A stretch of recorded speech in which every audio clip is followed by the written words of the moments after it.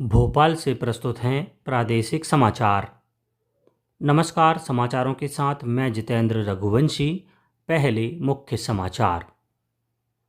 राष्ट्रपति द्रौपदी मुर्मू ने गणतंत्र दिवस निमंत्रण पत्र में दिखाई पूर्वोत्तर भारत की कला और संस्कृति की झलक।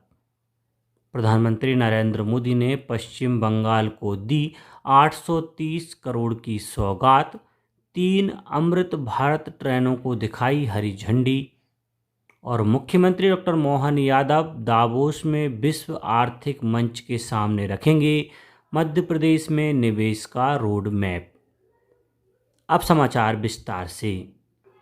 राष्ट्रपति द्रौपदी मुर्मू ने 77वें गणतंत्र दिवस के अवसर पर अतिथियों को भेजे गए विशेष रूप से तैयार किए गए एट होम निमंत्रण पत्र की झलक साझा की। सोशल मीडिया पर एक पोस्ट में राष्ट्रपति ने बताया कि इस वर्ष के निमंत्रण पत्र में भारत के पूर्वोत्तर क्षेत्र की जीवंत परंपराओं को दर्शाया गया है। राष्ट्रपति मुर्मू ने कहा कि यह निमंत्रण पत्र अष्टलक्ष्मी राज्यों के कुशल कारीगरों और शिल्पकारों को समर्पित है।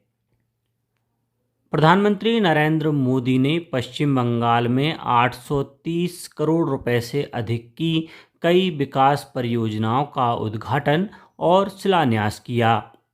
उन्होंने कोलकाता को देश के अन्य हिस्सों से जोड़ने वाली 3 अमृत भारत रेलगाड़ियों को भी रवाना किया। इस अवसर पर जनसभा को संबोधित करते हुए प्रधानमंत्री ने कहा कि सभी केंद्रीय परियोजनाएं पश्चिम बंगाल के विकास को गति प्रदान करेंगी। उन्होंने इस बात पर बल दिया कि विकसित भारत के निर्माण के लिए पूर्वोत्तर भारत का विकास आवश्यक है। इस लक्ष्य को पूरा करने के लिए केंद्र सरकार प्रयासरत है। श्री मोदी ने कहा कि यह कार्यक्रम इस संकल्प को मजबूत करता है। प्रधानमंत्री ने बालागढ़ में विस्तारित बंदरगाह द्वार प्रणाली की भी आधारशिला रखी। मुख्यमंत्री doctor Mohan Yadav world economic forum Davos में मध्य प्रदेश का प्रतिनिधित्व करेंगे। इस दौरान मुख्यमंत्री ऊर्जा, तकनीक, उद्योग और पर्यटन पर केंद्रित राज्य की निवेश नीतियों को वैश्विक मंच पर साझा करेंगे। दावोस में आयोजित सत्रों में मध्य प्रदेश की नवीकरणीय ऊर्जा, ग्रीन ग्रोथ, रक्षा उत्पादन, उन्नत मैन्युफैक्चरिंग, डिजिटल तकनीक और आर्टिफिशियल इंटेलिजेंस से जुड़ी क्षमताओं को प्रस्तुत किया जाएगा। पर्यटन सत्रों में राज्य की सांस्कृतिक विरासत, जैव विविधता और सतत पर्यटन मॉडल पर विशेष फोकस रहेगा। मुख्यमंत्री निवेशकों और उद्योग जगत के शीर्ष प्रतिनिधियों के साथ 1-to-1 संवाद भी करेंगे। इन प्रयासों से मध्य प्रदेश को वैश्विक स्तर पर एक भरोसेमंद और भविष्य उन्मुख निवेश गंतव्य के रूप में स्थापित करने की दिशा में नई गति मिलेगी।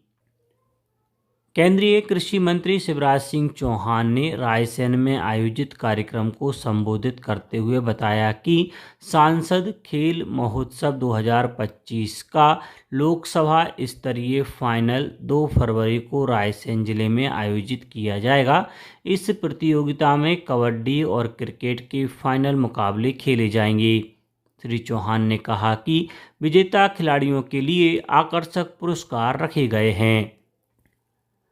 पशुपालन और पशु कल्याण को बढ़ावा देने के लिए प्रदेश भर में 1 माह का विशेष जागरूकता अभियान चलाया जाएगा।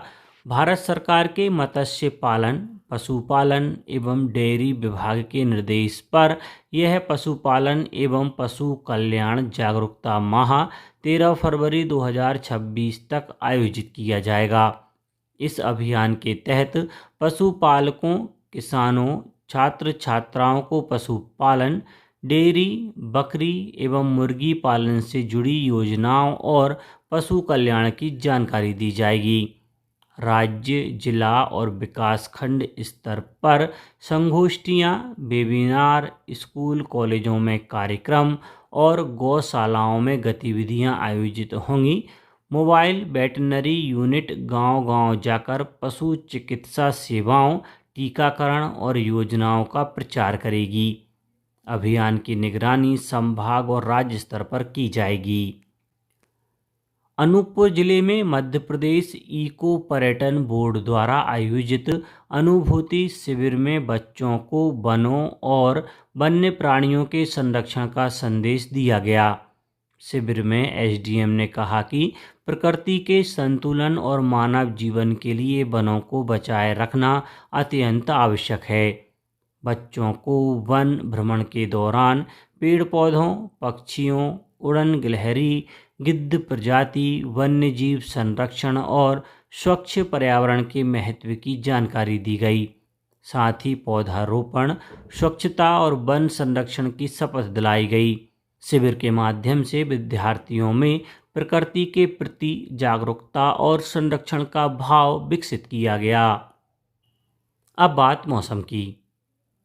पहाड़ी क्षेत्रों में हो रही बर्फबारी और उत्तर से आ रही ठंडी हवाओं के कारण प्रदेश के कई हिस्सों में तापमान तेजी से गिरा है।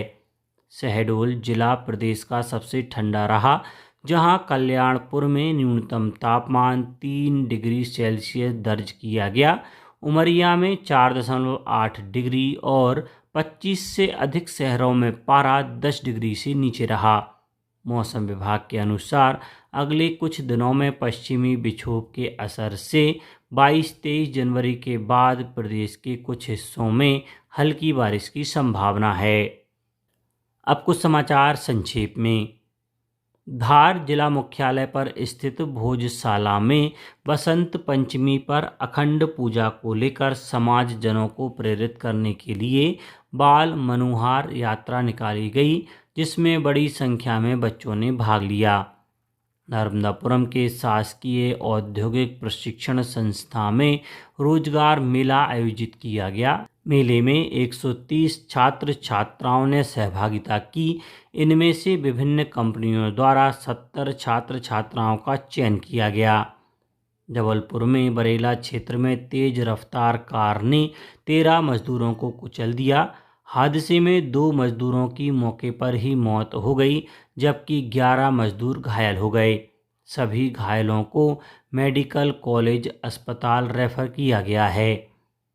और सतना जिले में खेलों के प्रति उत्साह जगाने और खेलो एमपी यूथ गेम्स का व्यापक प्रचार प्रसार करने के लिए टॉर्च रैली का आयोजन किया जा रहा है।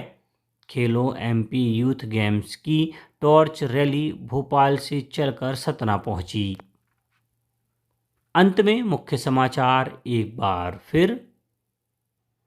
राष्ट्रपति द्रौपदी मुर्मू ने गणतंत्र दिवस निमंत्रण पत्र में दिखाई पूर्वोत्तर भारत की कला और संस्कृति की झलक। प्रधानमंत्री नरेंद्र मोदी ने पश्चिम बंगाल को दी 830 करोड़ की सौगात। 3 अमृत भारत ट्रेनों को दिखाई हरी झंडी।